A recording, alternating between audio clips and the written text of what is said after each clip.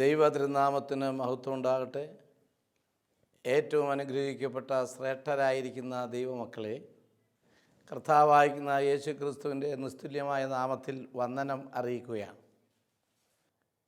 പഴയ കാലത്ത് അലൂമിനിയം പാത്രം വിൽക്കുന്ന ആൾ ഒരു വലിയ കൊട്ടയ്ക്കകത്ത് അലൂമിനിയം മുഴുവൻ വെച്ചിട്ട് പുതിയ അലൂമിനിയം പാത്രങ്ങൾ വെച്ചിട്ട് പാത്രം വേണോ എന്നൊരു അനൗൺസ്മെൻറ്റുമായിട്ട് അദ്ദേഹം നടക്കും. ഇടയ്ക്കൊരു ചോദ്യം ചോദിക്കുന്നത് ഞാൻ കേട്ടിട്ടുണ്ട്. വക്ക് ഇളങ്ങിയ പാത്രമുണ്ടെങ്കിൽ അത് ഞാൻ എടുത്തിട്ട് ചളകാത്ത പാത്രം അങ്ങോട്ട് തരും. ഓട്ട പിടിച്ച പാത്രമുണ്ടെങ്കിൽ അത് ഞാൻ എടുത്തിട്ട് പുത്തൻ പാത്രം അങ്ങോട്ട് തരും. സത്യത്തിൽ ആ മനുഷ്യൻ പറയുന്നത് സത്യമാണ്. കേടുള്ളതും ഉപയോഗശൂന്യമായതും കണ്ടാൽ ഭംഗിയില്ലാത്തതും ആവശ്യത്തിന് ഉപയോഗിക്കാൻ പറ്റാത്തതുമായ വസ്തുക്കളെല്ലാം അദ്ദേഹം തിരിച്ചെടുക്കും. എന്നിട്ടൊരു കേടുമില്ലാത്ത, ഒരു പ്രശ്നവുമില്ലാത്ത, രൂപഭംഗിക്ക് കുറവില്ലാത്ത മനോഹരമായ പാത്രങ്ങൾ തിരികെ തരാം എന്ന് പറയുമ്പോൾ ആരാണ് അദ്ദേഹത്തിൻ്റെ അനൗൺസ്മെൻറ്റിൽ ശ്രദ്ധിക്കാതിരിക്കുന്നത്? ഇതുതന്നെയാണ് യേശു അഥവാ ദൈവം പറഞ്ഞത്. ദുഃഖത്തിനു പകരം, വിഷണ്ണ മനസ്സിനു പകരം, വെണ്ണീറിനു പകരം ആനന്ദ തൈലം തരാൻ പോവുകയാണ്. സ്തുതി എന്ന മേലാട് തരാൻ പോവുകയാണ്. അലങ്കാര മാല തരാൻ പോവുകയാണ്. എന്നെ കേൾക്കുന്ന അനുഗ്രഹിക്കപ്പെട്ടവരെ, നിൻ്റെ ഹൃദയം ഇന്ന് ഏതെങ്കിലും വിധത്തിൽ ദുഃഖിച്ചതാണെങ്കിൽ ദൈവത്തിന് അങ്ങോട്ട് കൊടുക്കുക. ദുഃഖം മാറ്റി ആനന്ദപൂർണമായ ഹൃദയം ദൈവം നിനക്ക് തരും. നിൻ്റെ ശരീരം ഏതെങ്കിലും രോഗത്തിൽ അടിമപ്പെട്ട് നീ പിറുപിറുത്തുകൊണ്ടിരിക്കുകയാണെങ്കിൽ കണ്ണുനീരോടെ ഈ ശരീരം കർത്താവിന് സമർപ്പിക്ക്. എൻ്റെ ദൈവം അത് അനുഗ്രഹമാക്കി നിൻ്റെ വേദന മാറ്റിത്തരും. സത്യമാണ്. ആത്മാർത്ഥമായി വിശ്വസിച്ചിട്ട് വേണം കൈമാറാൻ. കിട്ടിയാൽ കിട്ടട്ടെ എന്നല്ല, കിട്ടും എന്ന് വിചാരിച്ചോണം. എന്ത് കിട്ടും എന്ന് വിചാരിച്ചിറങ്ങരുത്, എന്തും കിട്ടും എന്ന് ഓർത്തോണം. ദൈവവചനത്തിൻ്റെ പ്രത്യേകത അതാണ്. ദൈവത്തിലേക്ക് വന്നാൽ എന്ത് കിട്ടും എന്ന് ആരും വിചാരിച്ചേക്കരുത്. ദൈവവചനത്തിലേക്ക് വന്നാൽ എന്തും കിട്ടും. അങ്ങനെ പഠിക്കണം. എൻ്റെ ദൈവത്താൽ അസാധ്യമായിട്ടുള്ള ഒന്നുമില്ല എന്നങ്ങനെ വിചാരിക്കുകയും ചെയ്യണം. ഇന്നത്തെ ആലോചനയ്ക്ക് വേണ്ടി ഞാനൊരു ചെറിയ ചിന്ത പറഞ്ഞ് വാക്കുകൾക്ക് വിരാമം കുറിക്കുകയാണ്. യോഹന്നാൻ്റെ സുവിശേഷം 7-ാം അധ്യായം 37-ാമത്തെ വാക്യത്തിൽ ഇങ്ങനെയാണ്: ഉത്സവത്തിൻ്റെ മഹാദിനമായ ഒടുക്കത്തെ നാളിൽ യേശു നിന്നുകൊണ്ട് ദാഹിക്കുന്നവനെല്ലാം എൻ്റെ അടുക്കൽ വന്ന് കുടിക്കട്ടെ. എന്നിൽ നിന്ന് കുടിക്കുന്നവൻ്റെ ഉള്ളിൽ നിന്ന് തിരുവെഴുത്ത് പറഞ്ഞതുപോലെ ജീവജലത്തിൻ്റെ നദികൾ ഒഴുകും. ദാഹിക്കുന്നവനെല്ലാം എന്നിൽ നിന്ന് കുടിക്കണം. എന്നിൽ നിന്ന് കുടിക്കുന്നവൻ്റെ ഉള്ളിൽ നിന്ന് തിരുവെഴുത്ത് കൊണ്ട് പറഞ്ഞിട്ടുണ്ട്, ദൈവവചനം പറഞ്ഞിട്ടുണ്ട്. അത് സംഭവിക്കും. രണ്ട് കാര്യം ഇവിടെ ദൈവമക്കൾ ഓർത്തോണം. ഒന്ന്, ക്രിസ്തുവിൽ നിന്ന് കുടിക്കണം. ക്രിസ്തുവിൽ നിന്ന് കുടിക്കാൻ ക്രിസ്തു അല്ല പറയുന്നത്, അതിനു മുമ്പേ വചനം പറഞ്ഞിട്ടുണ്ട്. നീ എല്ലാം വചനാനുസൃതമായി ചെയ്യുമ്പോൾ ദൈവം നിന്നെ അനുഗ്രഹിക്കും. എൻ്റെ കർത്താവ് മുഴുവനും വചനാനുസൃതമാണ്. എൻ്റെ പിതാവ് എനിക്ക് തന്നത് ഞാൻ നിങ്ങൾക്ക് തരുന്നു. പിതാവേ, നീ എന്നെ അയച്ചതുപോലെ ഞാൻ ഇവരെ അയക്കുന്നു. നീ എന്നെ സ്നേഹിച്ചതുപോലെ ഞാൻ ഇവരെ സ്നേഹിക്കുന്നു. കണ്ടോ, കർത്താവ് പിതാവിന് കീഴ്പ്പെട്ടാണ് എല്ലാം ചെയ്യുന്നത്. വചനത്തിന് കീഴ്പ്പെട്ടാണ്. അനുഗ്രഹിക്കപ്പെട്ട ദൈവമക്കൾ മറന്നു പോകരുത്. പിതാവേ, നിൻ്റെ ഇഷ്ടമാണ് എന്നിൽ ഭവിക്കേണ്ടത്. കഴിയുമെങ്കിൽ, ഞാൻ എൻ്റെ ഭാഷയെ പറയുന്നു, കഴിയുമെങ്കിൽ നോ പോരാ, നിൻ്റെ ഇഷ്ടം എന്നിൽ നിവർത്തിക്കപ്പെടണം. വചനാനുസൃതമാണ് എല്ലാം. തിരുവെഴുത്ത് പറഞ്ഞിട്ടുണ്ട്, എന്നിൽ നിന്ന് കുടിക്കണം. അതുകൊണ്ട് കുടിക്കണം. ഇന്ന് രാത്രികാലം ദൈവമക്കൾ ഓർക്കണം, അനുഗ്രഹത്തോടെ ഓർക്കണം. ദൈവവചനത്തിന് അധിഷ്ഠിതമായൊരു ജീവിതം നമുക്കുണ്ടാകണം. കർത്താവിൻ്റെ വചനത്തിന് അധിഷ്ഠിതമായ ജീവിത ശൈലി നാം ഉണ്ടാക്കിയെടുക്കണം. ഓരോന്ന് ചെയ്യുമ്പോഴും ഇത് വചനം എങ്ങനെ ഇരിക്കുന്നു, വചനത്തിന് ഇതിന് വിരുദ്ധതയുണ്ടോ എന്ന് പരിശോധിക്കണം. മോശ സമാഗമന കൂടാരം പണിയാൻ ദൈവം കൽപ്പിച്ചപ്പോൾ മോശയ്ക്ക് ഇഷ്ടം പോലെ മോശ പണിതിട്ടേ ഇല്ല. മോശ ഒരു കല്ല് എടുത്തു വയ്ക്കുമ്പോൾ ദൈവത്തോട് ചോദിക്കുമായിരുന്നു, ഇത് നിനക്ക് ഇഷ്ടമോ? അങ്ങനെയാണ് മോശ സമാഗമന കൂടാരം പണിതെടുത്തത്. മോശയുടെ ഇഷ്ടം അതിനകത്ത് വന്നിട്ടേ ഇല്ല. എന്നെ കേൾക്കുന്ന സ്നേഹമുള്ള ദൈവമക്കൾ, എന്തു പ്രവർത്തിക്കുമ്പോഴും എൻ്റെ ദൈവത്തോട് ഒരു ആലോചന ചോദിച്ച് പ്രവർത്തിക്കുക. ദൈവം അനുഗ്രഹിക്കും. ഒരു വഴിക്കിറങ്ങുമ്പോൾ കർത്താവെ ഞാൻ ഇറങ്ങുന്നു, തിരുവിഷ്ടം നിറവേറ്റണം എന്ന് പ്രാർത്ഥിക്കണം. നിൻ്റെ ദൈവം നിന്നെ അനുഗ്രഹിക്കും. ഭക്ഷണത്തിന് മുമ്പ് പോലും നമുക്കൊരു പ്രാർത്ഥനയുണ്ട്. ആ പ്രാർത്ഥന, കർത്താവേ നിൻ്റെ ഇഷ്ടപ്രകാരം നീ തന്നിട്ടുള്ള ഭക്ഷണം, നീ അനുവദിച്ചിട്ടുള്ളത്, നീ തന്ന ഭക്ഷണത്തിനായി, നീ തന്ന പാനീയത്തിനായി ഞങ്ങൾ നിന്നെ സ്തുതിക്കുന്നു, ഞങ്ങൾ നിന്നെ വാഴ്ത്തുന്നു. കണ്ടോ, ഭക്ഷണത്തിന് മുമ്പ് പോലും ദൈവത്തെ മഹത്വപ്പെടുത്തുകയാണ് വചനാനുസൃതം. ഇത് ഭക്ഷിച്ച് തൃപ്തിയായി നിന്നെ സ്തുതിക്കണം, അതാണ് ഞങ്ങളുടെ ലക്ഷ്യം, അതാണ് വചനം. എൻ മനമേ യഹോവയെ വാഴ്ത്തുക, അവൻ്റെ ഉപകാരങ്ങളൊന്നും മറക്കരുക അരുത്. എന്നെ കേൾക്കുന്ന അനുഗ്രഹിക്കപ്പെട്ട ദൈവമക്കളെ, പ്രാർത്ഥിക്കുമ്പോൾ സ്വർഗത്തിലെ ദൈവത്തിൻ്റെ പദ്ധതി നമുക്ക് മനസ്സിലാക്കാൻ സാധിക്കും. വചനാനുസൃതം ജീവിക്കാൻ നമുക്ക് സാധിക്കും. വചനത്തിന് നിങ്ങൾ ചെവി കൊടുക്കണം. ആകാശം നഷ്ടപ്പെട്ടു പോകും, ഭൂമിയും നഷ്ടപ്പെട്ടു പോകും, എന്നാൽ ദൈവ വചനം ഒരിക്കലും നഷ്ടപ്പെടുക ഇല്ല, ഇല്ല, ഇല്ല തന്നെ. യേശു ക്രിസ്തുവിൻ്റെ വചനത്തെ നിങ്ങൾക്ക് പ്രത്യാശയുള്ള ദൈവമക്കളായിരിക്കണം. വചനം നിങ്ങൾ വിശ്വസിക്കണം. വചനാനുസൃതം ജീവിക്കാൻ നമുക്ക് ഭാഗ്യം കിട്ടണം. എൻ്റെ യേശു എല്ലാ സ്ഥലത്തും പിതാവേ നീ എന്ത് പറയുന്നു അതാണ് ഞാൻ ഇവർക്ക് കൊടുത്തിട്ടുള്ളത്. നീയും ഞാനും ഒന്നായിരിക്കുന്ന പോലെ ഇവരും ഞാനും ഒന്നായിരിക്കണം. അതുതന്നെയാണ് യേശു മറ്റൊരു യോഹന്നാന്റെ സുവിശേഷത്തിൽ പറഞ്ഞത്. നിങ്ങളുടെ ഹൃദയം കലങ്ങരുത്, നിങ്ങളുടെ ഹൃദയം ചഞ്ചലിക്കുകയും അരുത്. എന്നിൽ വിശ്വസിക്കുക, എൻ്റെ പിതാവിലും വിശ്വസിക്കുക. എൻ്റെ പിതാവിൻ്റെ ഭവനത്തിൽ അനേക വാസസ്ഥലങ്ങൾ ഉണ്ട്. എപ്പോഴും ദൈവമക്കൾ ഓർക്കണം, ഞാൻ എന്നല്ല, എൻ്റെ പിതാവിൻ്റെ ഭവനത്തിലുണ്ടത്. എന്നെ കേൾക്കുന്ന സ്നേഹമുള്ള ദൈവമക്കളെ, എൻ്റെ കർത്താവ് അതുകൊണ്ടാണ് പറഞ്ഞത്, വചനാനുസൃതം തിരുവെഴുത്ത് പറഞ്ഞതുപോലെ നിങ്ങളുടെ ഉള്ളിൽ നിന്നും ജീവജലത്തിൻ്റെ നദികൾ ഒഴുകും. യെരൂശലേം ദേവാലയത്തിൻ്റെ പെരുന്നാൾ, ഇതിൻ്റെ സാഹചര്യങ്ങളൊക്കെ വേഗത്തിൽ പറഞ്ഞ് ഞാൻ അതിൻ്റെ മർമ്മം പറഞ്ഞ് അവസാനിപ്പിക്കട്ടെ. പ്രധാനപ്പെട്ട പെരുന്നാളിൽ യേശു നിൽക്കുമ്പോൾ ജനം വന്ന് കുടിക്കുകയും ദാഹം തീരാതെ വിഷമിക്കുകയും ചെയ്യുന്ന തൃപ്തി വരാത്ത ജനത്തെ കണ്ട് യേശു വിളിച്ചു പറയുന്നു. രാത്രികാലം തൃപ്തിയില്ലാത്ത ജനത്തെ കർത്താവ് നോക്കുന്നുണ്ട്. പ്രവർത്തിച്ച് പ്രവർത്തിച്ച് മടുത്തിട്ട് വിജയം കാണാത്ത ആരെങ്കിലും എന്നെ കേൾക്കുന്നെങ്കിൽ യേശു നിന്നെ വിളിക്കുന്നുണ്ട്. ചെയ്ത് ചെയ്ത് മടുത്ത വ്യാപാരം, തോറ്റു പോകുന്നെങ്കിൽ യേശു നിന്നെ വിളിക്കുന്നുണ്ട്. പഠിച്ചിട്ട് ജയിക്കാതിരിക്കുന്ന വിദ്യാർത്ഥി, യേശു നിന്നെ വിളിക്കുന്നുണ്ട്. ദാഹം മാറാത്തവൻ, കഷ്ടപ്പെടുന്നവൻ, അധ്വാനിച്ചിട്ടും ഫലം കാണാത്തവൻ, ആശയ്ക്ക് പകരം നിരാശയായി ജീവിക്കുന്നവൻ, അവനെ യേശു വിളിക്കുന്നുണ്ട്. ജനം വെള്ളം കുടിച്ച് ദാഹം മാറുന്നില്ല. അതുകൊണ്ടാണ് യേശു പറഞ്ഞത്, ദാഹിക്കുന്ന ഏവനും എന്നിൽ നിന്ന് കുടിക്കുക. എന്നിൽ നിന്ന് കുടിച്ചാൽ തിരുവെഴുത്ത് പറഞ്ഞതുപോലെ ജീവജലത്തിൻ്റെ നദി അങ്ങോട്ട് ഒഴുകും എന്ന് പറഞ്ഞാൽ തൃപ്തിയാകും, തികയും, പൂർണ്ണമാകും, സമൃദ്ധിയാകും. യെരൂശലേം ദേവാലയത്തിൻ്റെ പ്രധാന പെരുന്നാളിൻ്റെ തലേ ദിവസം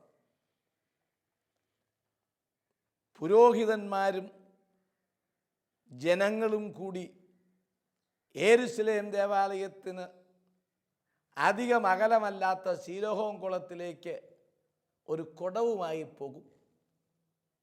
അവിടെ ചെന്ന് ഒരു കുടം വെള്ളം മുക്കിയെടുക്കും.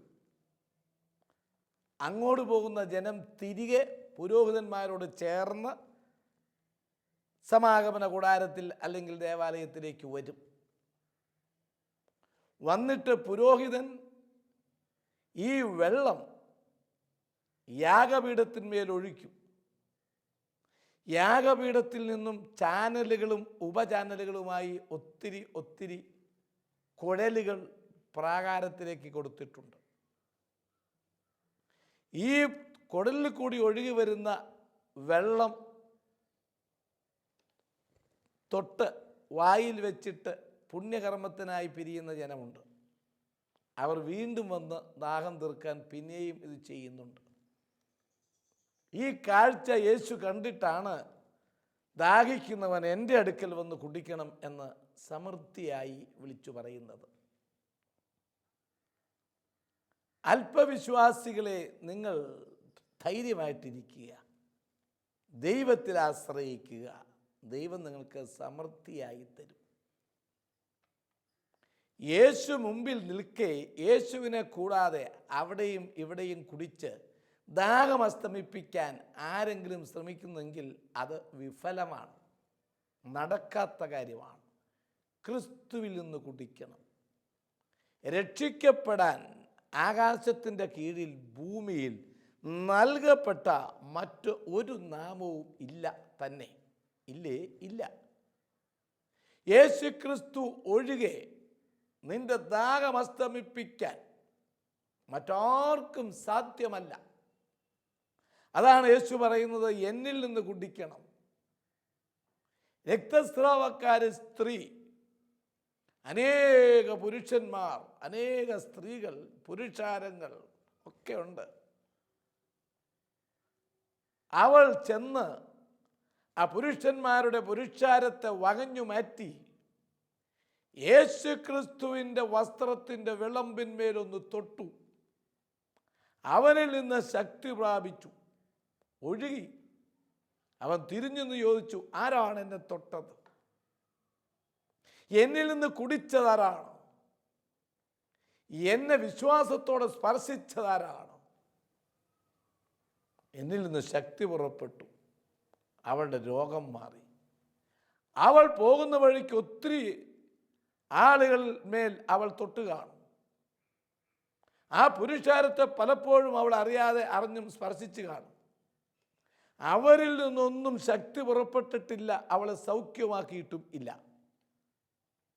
സൗഖ്യമാക്കിയത് കർത്താവിനെ തൊട്ടപ്പോഴാണ്. ദൈവമക്കൾ മറക്കാതിരിക്കുക, യേശു ക്രിസ്തുവിനെ സ്പർശിക്കുക, നിന്റെ രോഗം മാറും. ക്രിസ്തുവിനെ സ്പർശിക്കുക, നിന്റെ പ്രയാസങ്ങൾ മാറും. തുറന്ന് ഞാൻ പറയുന്നു, എൻ്റെ കർത്താവോ അവൻ്റെ ധനത്തിനൊത്തവണ്ണം നിൻ്റെ ബുദ്ധിമുട്ടൊക്കെയും മാറ്റിത്തരും. അവൻ മാറ്റുന്ന ദൈവമാണ്. അവൻ നിന്നെ ആശ്വസിപ്പിക്കുന്ന ദൈവമാണ്.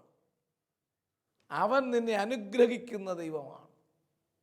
ദൈവം നിന്നെ അനുഗ്രഹിക്കുമ്പോൾ ഒരു വ്യക്തിക്കും അത് തടയാൻ സാധ്യം അല്ല. ദൈവം എനിക്ക് അനുകൂലം എങ്കിൽ പിന്നെ പ്രതികൂലം ആർ? ഇന്ന് എന്നെ കേൾക്കുന്ന ഏറ്റവും സ്നേഹമുള്ള പ്രിയപ്പെട്ടവർ ഓർക്കുക, ഞാൻ ഇതുവരെയും ആശ്രയിച്ചത് സത്യദൈവത്തിൽ ആണോ? സത്യദൈവത്വമായിട്ട് എനിക്ക് എന്തെങ്കിലും ബന്ധം ഉണ്ടോ? ദൈവങ്ങളുടെ പുറകെ അല്ല ഞാൻ, ദൈവത്തിൻ്റെ പുറകെ ആയോ? ചിന്തിക്കാൻ സമയം വൈകിയിട്ടുണ്ട്. സാക്ഷാൽ രക്ഷകനായിരിക്കുന്ന ക്രിസ്തു, സാക്ഷാൽ മുന്തിരിവള്ളിയായ ക്രിസ്തു, അതിന്മേൽ ഒട്ടിപ്പിടിപ്പിക്കപ്പെടാൻ നമുക്ക് സാധിക്കണം. നമ്മൾ നിൽക്കുന്നത് ദൈവകൃപയിലാണ്, നിന്നത് അല്ല. ദൈവം നിന്നെ നിർത്തി ഇരിക്കുക. നീ നടന്നതേ അല്ല, ദൈവം ഭംഗിയായി ഇന്ന് വരെ നിന്നെ നടത്തി ഇരിക്കുന്നു. ഒന്നും നീ നേടിയിട്ടില്ല, തന്നതേ ഉള്ളൂ എന്ന് ദൈവം പഠിപ്പിക്കുന്നു. പണമുണ്ടെങ്കിൽ ഇഷ്ടപ്പെട്ട ഭക്ഷണം വാങ്ങാം.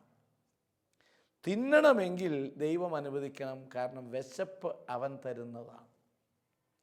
പണമുണ്ടെങ്കിൽ ഈട്ടിക്കെട്ടിൽ വാങ്ങിക്കാം, ചന്ദനക്കെട്ടിലും വാങ്ങിക്കാം, രാമച്ചത്തിൻ്റെ വിസറിയും ഉപയോഗിക്കാം. ഉറങ്ങണമെങ്കിൽ ദൈവം അനുവദിക്കണം, അവൻ്റെ കയ്യിലാണ് സമാധാനവും സ്വസ്ഥതയും നിദ്രയും. സാമ്പത്തികം ഉണ്ടെങ്കിൽ വലിയ വലിയ ആശുപത്രി സന്ദർശിച്ചോളൂ, സൗഖ്യം തരുന്നത് സ്വർഗത്തിലെ ദൈവമാണ്. ഡോക്ടർ മരുന്ന് തരുന്നു, ദൈവം സൗഖ്യമാക്കുന്നു. ഈ ഒരു വിശ്വാസം ദൈവമക്കൾക്ക് അത്യാവശ്യമാണ്.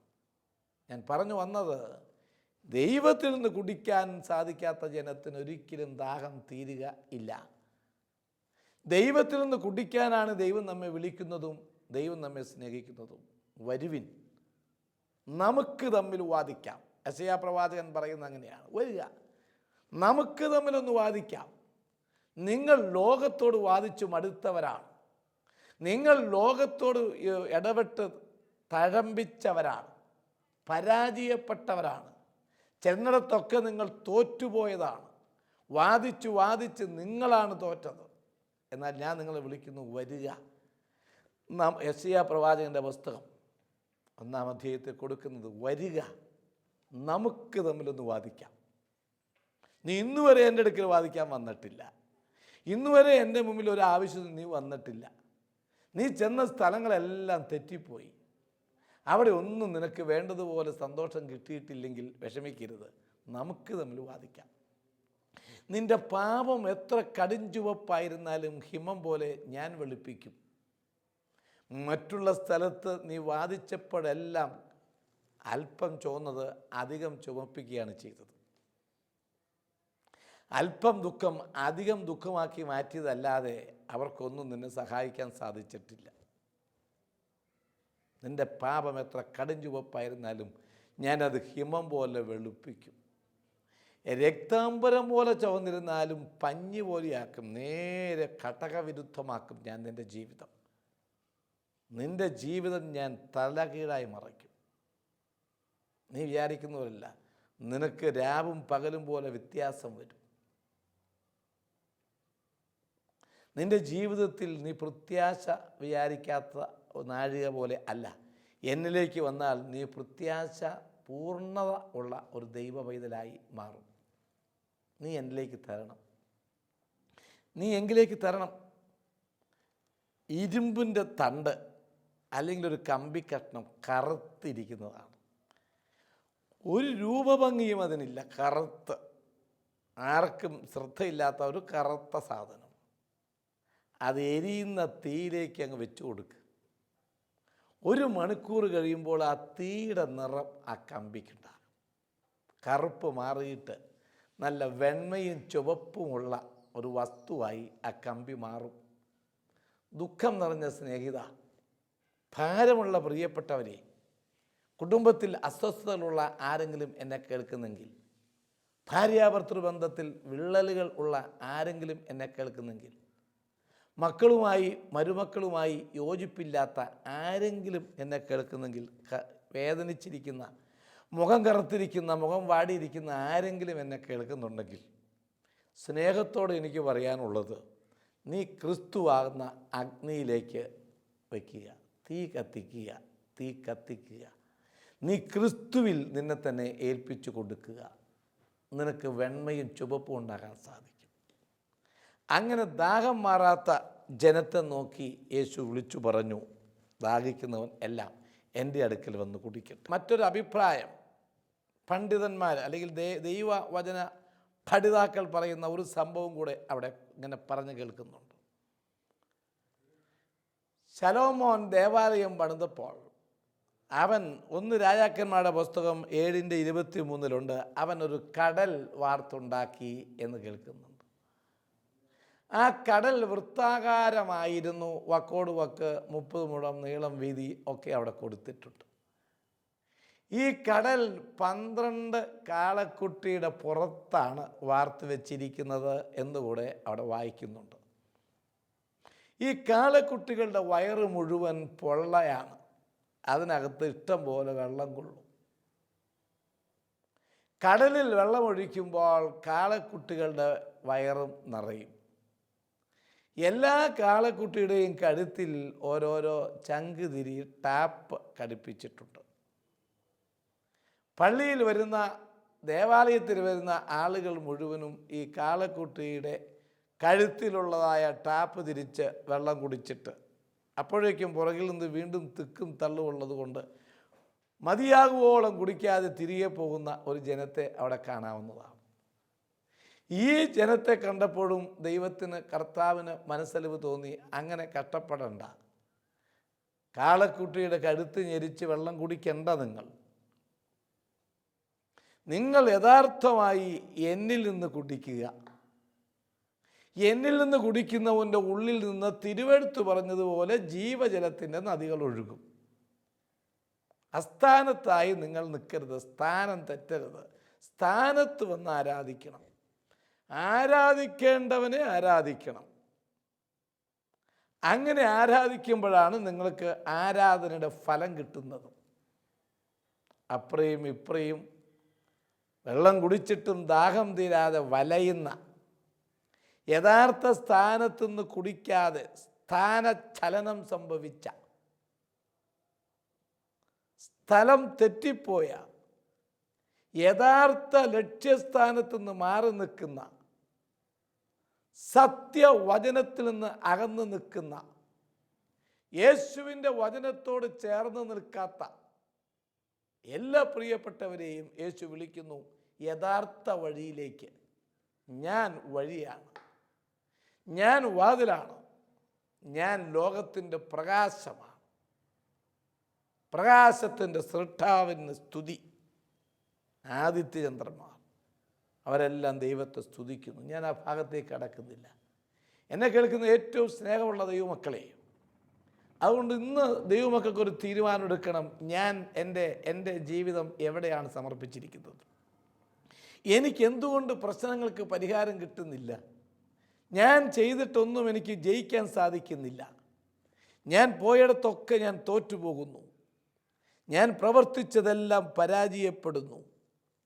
ഞാൻ സംസാരിക്കുന്നതെല്ലാം അധികപ്പറ്റാകുന്നു. ഞാൻ എടുക്കുന്നതെല്ലാം കയ്പാകുന്നു. കയ്പായിട്ടുള്ളതായി എനിക്ക് ഭവിക്കുന്നു. എന്താണ് ഇതിൻ്റെ അടിസ്ഥാന പ്രശ്നം? തിരിഞ്ഞു നോക്കുമ്പോൾ സ്വർഗത്തിലെ ദൈവം ആത്മാർത്ഥമായി നിന്നോട് പറയുന്നു, നീ എൻ്റെ അടുക്കലല്ല വന്ന് നിൽക്കുന്നത്, എന്നെ പോലെയുള്ളവൻ്റെ അടുക്കലാണ്. പ്രിയപ്പെട്ട ദൈവമക്കളെ, അരുത്. നിങ്ങൾ യേശുവിൻ്റെ അടുക്കൽ വരണം. നിങ്ങൾ കർത്താവിനെ കാണണം. യഥാർത്ഥ രക്ഷ നിങ്ങൾ തിരിച്ചറിയണം. കാക്ഷിക്കുന്നവനെ അതിനകത്ത് ഞാൻ ആക്കും എന്ന ദൈവവചനം പറയുന്നുണ്ട്. ഞാനിന്ന് വളരെ സാവകാശത്തിൽ ഇത്രയും കാര്യം പറഞ്ഞത്, നമുക്കൊരിക്കൽ പോലും യഥാർത്ഥ രക്ഷകനെ നഷ്ടപ്പെട്ടുകൂടാ. യഥാർത്ഥ രക്ഷയും നമുക്ക് നഷ്ടപ്പെട്ടുകൂടാ. പകൽ ആദിത്യനും രാത്രിയിൽ ചന്ദ്രനും ഉപദ്രവിക്കാത്ത വിധത്തിലാണ് സ്വർഗത്തിൽ ദൈവം നമ്മെ ആക്കി വച്ചിരിക്കുന്നത്. മരിച്ചാലും ജീവിക്കും എന്ന വലിയ പ്രത്യാശയുടെ സന്ദേശമാണ് ദൈവമക്കൾക്ക് സ്വർഗത്തിലെ ദൈവം തന്നിട്ടുള്ളത്. ഞാൻ അക്ഷയ പാത്രമാണ്. യെശയ്യാ പ്രവാചകൻ പറഞ്ഞു, ദാഹിക്കുന്നവരേവരും ദ്രവ്യമില്ലാത്തവരുമായുള്ളവരെ നിങ്ങൾ വന്ന് വീഞ്ഞും പാലും വാങ്ങിക്കൊള്ളുക, ദ്രവ്യവും വിലയും കൂടാതെ. അതാണ് സത്യം. മുടക്കില്ലാതെ വരാവുന്നതാണ് ക്രിസ്തുവിലേക്ക്. ഒരു പ്രതാപവും വിദ്യാഭ്യാസമോ പാണ്ഡിത്യമോ ഒന്നും കർത്താവിലേക്ക് വരാൻ ആവശ്യമില്ല. പ്രിയപ്പെട്ടവരെ, MA പാസ്സായിട്ടുള്ളവനും പള്ളിക്കൂടത്തിൻ്റെ വരാന്തയിൽ പോകാത്തവനും യേശുവിൻ്റെ വചനത്തിൽ വിശ്വസിക്കാം. സാമ്പത്തികമുള്ളവനും സാമ്പത്തികമില്ലാത്തവനും യേശുവിൻ്റെ വചനത്തിൽ വിശ്വസിക്കാൻ പ്രയാസം ഇല്ല. അതുകൊണ്ടാണ് ദ്രവ്യവും വിലയും കൂടാതെ വീഞ്ഞും പാലും വാങ്ങിക്കൊടുക്കുന്ന സൗജന്യമായ രക്ഷ. രക്ഷ സൗജന്യം ആണ്. രക്ഷ അത്യാവശ്യവും ആണ്. രക്ഷ ക്രിസ്തുവിൽ കണ്ടെത്തണം. വചനം കേട്ട് മാനസാന്തരപ്പെട്ട് ക്രിസ്തുവിനെ തിരിച്ചറിയണം. ദാഹിക്കുന്നവനെല്ലാം എൻ്റെ അടുക്കൽ വന്ന് കുടിക്കണം. അവിടെയും ഇവിടെയും നിന്ന് കുടിച്ചാൽ നിനക്ക് വീണ്ടും ദാഹിക്കും. എന്നേക്കും നിത്യജീവൻ കിട്ടണമെങ്കിൽ ക്രിസ്തുവിലേക്ക് വരണം. അല്ലാത്ത ഒക്കെ ഭൗതികങ്ങളാണ്.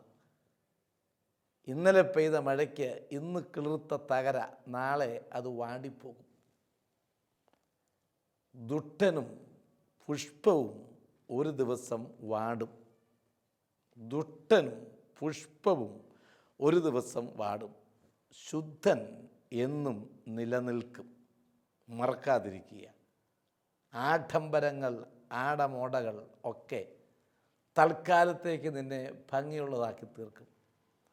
ദൈവവചനത്തിൽ വിശ്വസിച്ച് മാനസാന്തരത്തിൻ്റെ മനസ്സുണ്ടായി കഴിയുമ്പോൾ നിൻ്റെ മുഖം എന്നും പ്രകാശമാകും. അവങ്കിലേക്ക് നോക്കിയവർ പ്രകാശിതരായി. അവരുടെ മുഖം ലജ്ജിച്ചു പോയിട്ടില്ല. ദാഹിക്കുന്നവനെല്ലാം എൻ്റെ അടുക്കൽ വന്ന് കുടിക്കട്ടെ. എന്നിൽ നിന്ന് കുടിക്കുന്നവൻ്റെ ഉള്ളിൽ നിന്ന് തിരുവെഴുത്ത് പറഞ്ഞതുപോലെ ജീവജലത്തിൻ്റെ നദികൾ ഒഴുകും. ക്രിസ്തുവിൽ നിന്ന് നമുക്ക് കുടിക്കാം, പ്രാർത്ഥിക്കാം.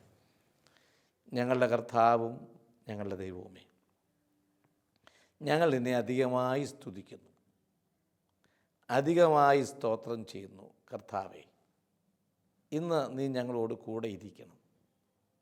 നീ ഞങ്ങളെ അനുഗ്രഹിക്കണം. കർത്താവേ, നിന്നിൽ നിന്ന് കുടിക്കാനുള്ള തിരിച്ചറിവ് നീ ഞങ്ങൾക്ക് തരുമാറാകണം. നീ ഞങ്ങളുടെ ദൈവമാകയാൽ നന്ദിയോടെ സ്തോത്രം.